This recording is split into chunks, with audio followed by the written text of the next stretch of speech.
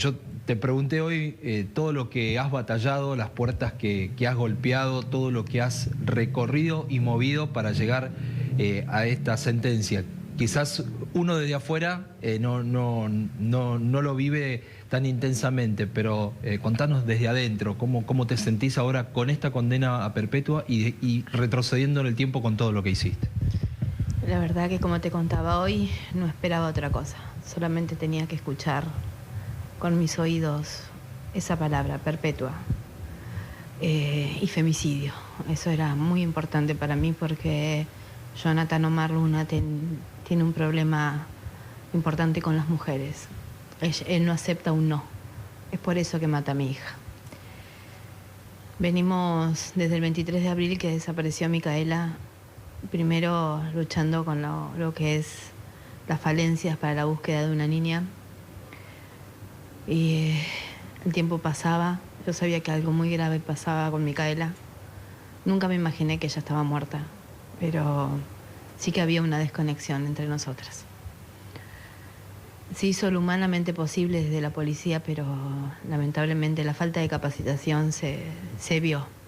Y esta nueva modalidad de llevarse nuestros hijos o de matar nuestras hijas, que es el grooming, estábamos lejos de poder estar a la altura de las circunstancias. Micaela se había contactado con alguien a través de una notebook. En Bahía no habían peritos. Se mandó una parte a La Plata, otra parte a Mercedes, sin resultados. Y el celular también, que vino sin resultados. A partir de ahí se hizo rastrillajes en Bahía Blanca, y que también me lo monté al hombro porque la gente que venía y decía: Mónica, no están rastrillando como corresponde, es un simple censo, golpean la puerta y preguntan por tu hija. Y me volví loca porque mi hija no estaba tomando mate en la casa de nadie. A mi hija alguien se la había llevado. Mi hija estaba en las peores condiciones porque no podía contactarse conmigo, ni siquiera por un mensaje. Me la imaginé drogada, atada, maniatada, en un sótano, en un montón de cosas, menos muerta. Así que los 35 días de búsqueda fueron terribles. Desde el gobierno, que recién comenzaba, no había nada preparado. Me costó mucho hasta poder conseguir fotocopias color para que poder empapelar Bahía Blanca y que me dieran una mano. No las conseguí, por supuesto que no las conseguí. A través del municipio las conseguí en forma particular. Ellos me imprimieron las blanco y negro, y que muchas fueron, la verdad, que de pésima calidad. Nos encontramos con que las cámaras no funcionaban, que muchas de las cámaras solo estaban en las cajas. Y el día 13 de la desaparición de Micaela, Mica había dejado una carta ese día que decía que iba a la casa de una amiga del ingeniero White. Yo sabía que Micaela no tenía una amiga en ingeniero White porque nosotros la llevábamos y la traíamos al colegio. Ninguna de sus amigas pertenece a ese lugar. Es más o menos 8 kilómetros de acá de Bahía Blanca. Así que ya de por sí estaba todo mal. Todos nos abocamos a buscar donde Micaela decía ingeniero White, incluso los mismos investigadores. La primera testigo que tenemos, que es una docente del colegio, la ve pasar en Bolivia en 900, en forma ascendente. Igual todos salimos para ingeniero White. Siempre digo que yo fallé como mamá porque después me doy cuenta que mi hija va en forma ascendente. Pero quienes habían, o sea, los que están preparados para esto, los que estudiaron, los investigadores, no se dieron cuenta. ¿Por qué te reprochás eso vos? Porque yo también tenía ese dato, que Mica iba en forma ascendente. Pero no se me ocurrió. Yo creía en mi hija. Estoy en la casa de una amiga de ingeniero White. Y no estaba tan lejos, o sea, mi hija no me estaba mintiendo. Iba a conocer a su amiga. Cuando el día 13 ellos se dan cuenta de cambiar el rumbo de la investigación, empiezan a buscar cámaras de mala calidad, y una cámara que es la que nos muestra, ¿no? El pasar de Micaela es una cámara privada en Bolivia, al 1200, donde yo puedo identificar claramente a Micaela y a un hombre mayor que ella, de tez delgada, de tez blanca, delgado, y la desesperación fue cada vez mayor porque Mica no sabía con quién iba. Sí la podía identificar a ella. Una madre puede identificar a un hijo en cualquier situación. Era ella. Hay una cámara en una rotonda que muestra que Mica intenta bajar hacia la calle y él la corrige. Ese día casi puedo contar la historia. Micaela no solamente no sabía con quién iba, sino a dónde iba. Para esto el fiscal pedía una y otra vez cartas por exhorto a Facebook que nos volvían para atrás porque no había una manera, un canal que diga cómo hacer para llegar a Facebook. Lo hicimos a Facebook Irlanda, Facebook Estados Unidos y no había manera. Hasta que una ONG nos manda una serie de ID, así lo llaman. Yo veía un montón de números. Hasta ahí pude colaborar. Eso fue el día jueves. Ahí automáticamente yo ya no tuve participación en nada porque estaban trabajando muy herméticamente. En esos días yo siempre armé mi búsqueda paralela a la policía. Me fui a buscar a Marcos Herrero. Marcos Herrero es un adestrador de perros que está en Viedma. Me ven en un canal de Buenos Aires y Noelia Vesperini, que es de Santa Fe, copió mi número y me llamó. Y me dijo, yo tengo a alguien que te puede ayudar. Se llama Marcos Herrero y vive en Viedma. Y me dio el número. Y en mi desesperación lo único que hice fue llamarle y me dijo, Mónica, yo te estaba esperando. Yo estuve en Bahía y no me dejaron trabajar. Lo único que necesito es que me vengas a buscar. Ese mismo viernes 22 salimos para Viedma y vino Marcos con 2 policías y su perro Duque. Y él me dijo, Mónica, hoy la encontramos. Llegamos el sábado, la policía quería ver algunas cámaras que eran de tan mala calidad que lo único que se cansaba de divisar una mochila rosa y no podía decir que era mi hija. Entonces, bueno, utilizaron el perro para poder identificar esas cámaras. Se nos fue todo el sábado y cada paso que dábamos teníamos que certificarlo porque lo había traído la madre.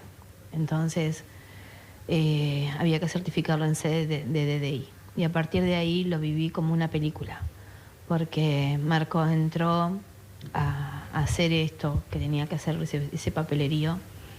Cuando suena un teléfono, yo estaba con mi hermana y decían que había allanamiento en el saladero. A mí no me decía nada.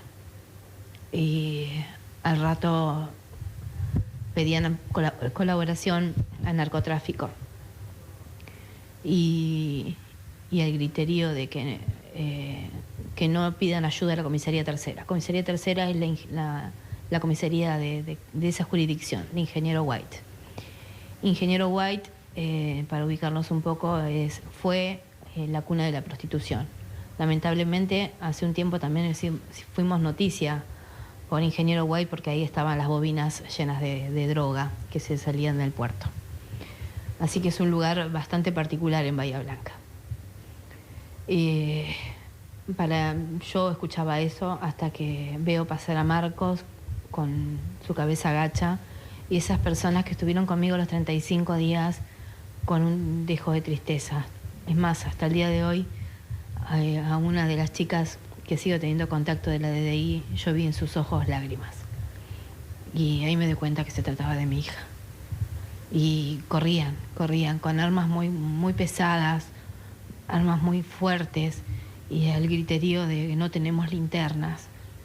Y bueno, de pronto mi hermana abre el Facebook y ve que la científica había dicho que estaba en el saladero y que habían encontrado a mi hija muerta y quemada en el patio de una casa, cosa que no había sido cierta, pero mi desesperación era mi mamá que se había quedado en mi casa. Y lo único que pedí fue que trajeran a mi mamá y bueno, me tiré al piso a rezar para que no sea cierto. Y me empezaron a llamar, a preguntarme cómo era la planchita de Micaela, blanca. ¿Cómo era el celular de Micaela? Blanco. ¿Qué pasa? Nada. Mi hermano es policía. Mi hermano estaba en ese momento, él solo me decía, Mónica, escuchá, escucha todo lo que pasa por el handy. El handy decía el Saladero y después dijo, estamos en el ACA. Cuando mi hermano va al ACA, ya también llegan tarde, ya habían bajado a Luna, que él accedió a ir al lugar porque dijo que él le había querido robar a la pibita y que se le había ido la mano. Era increíble que la haya hecho caminar tanto, la policía no podía creer. Marcos iba adelante con su perro y en algún momento Marcos suelta el pretel del perro y el perro se larga a unas vías que hay que pasar, se largó abajo y él en la desesperación lo levanta y lo sigue llevando por las vías. Eran como 13 kilómetros, eran más de 2 horas de caminata. El perro se mete al monte y Luna decía, es un poquito más adelante. El perro entra al monte y encuentra a mi hija en un guardaganados. Y llega Marcos y llega la policía junto con Luna y bueno, es ahí donde lo detienen, ¿no? Mi hija estaba estrangulada con su propia remera.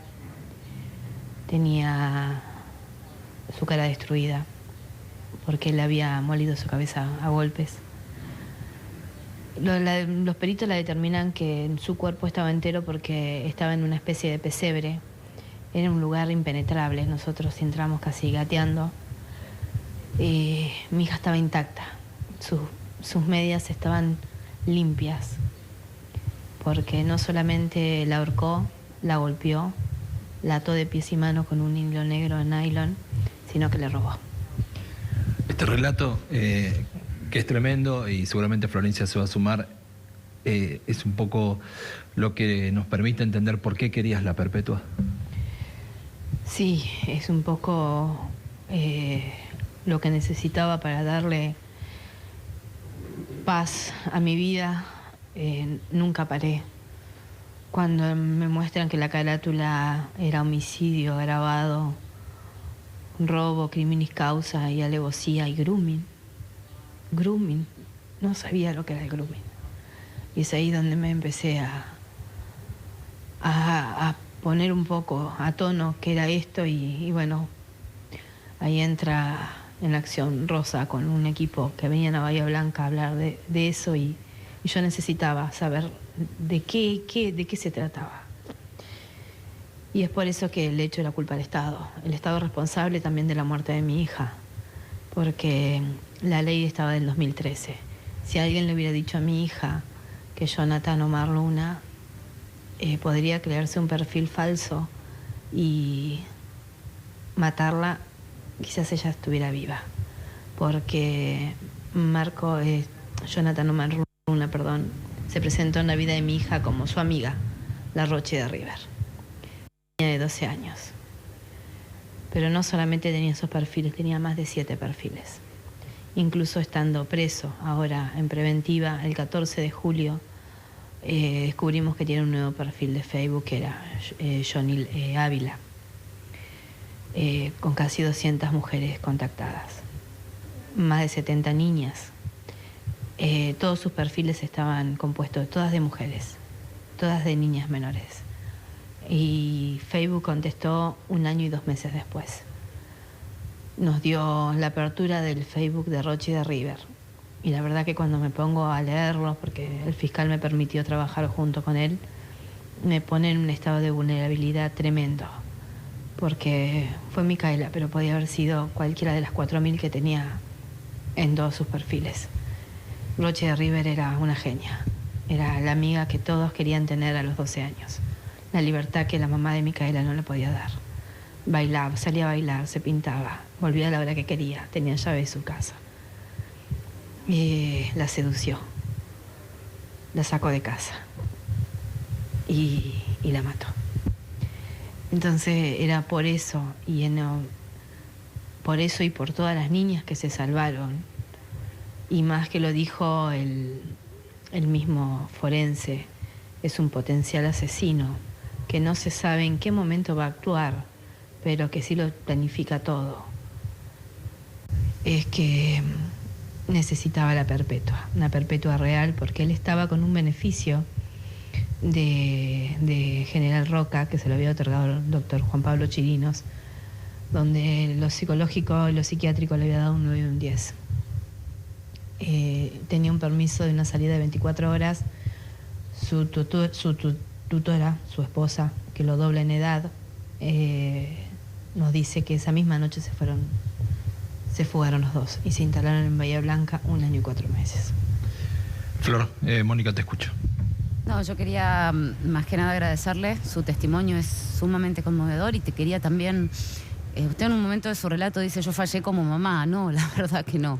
La verdad que no, falló la búsqueda, falló el Estado, como usted bien dice, y usted no solamente que no falló como mamá, sino que tampoco falló como ciudadana, porque gracias a todo lo que usted hizo, le salvó la vida a todas esas niñas amigas de Rochi y de River y a todas esas contactos, esas mujeres que sin saberlo estaban en contacto con todos los perfiles que este hombre tenía. Usted con su lucha vino a salvarnos a todas, yo le agradezco. No podía ser mucho menos por las amigas de Micaela, por el resto de los niños, niñas y adolescentes, por mi propia nieta. Y es ahí donde conozco a Rosa Castro, que ellos vienen a Bahía Blanca y bueno, ella es la vicepresidenta de la ONG Mamá en Línea y me pone al tanto de lo que era esta nueva modalidad, como yo llamo, de matar a nuestros hijos. Ella hoy está aquí conmigo, acompañándome desde siempre y confiando también en mí, porque yo, mientras el Estado toma intervención de la gravedad del caso de lo que es el grooming, yo pongo mi cuerpo, pongo en primera persona mi historia y lo que repercute en los chicos es impresionante. Rosa colabora conmigo, o yo colaboro con ella, mejor dicho, porque ella hace muchos años que vienen y me gustaría que lo pueda contar ella porque ella es la que más sabe.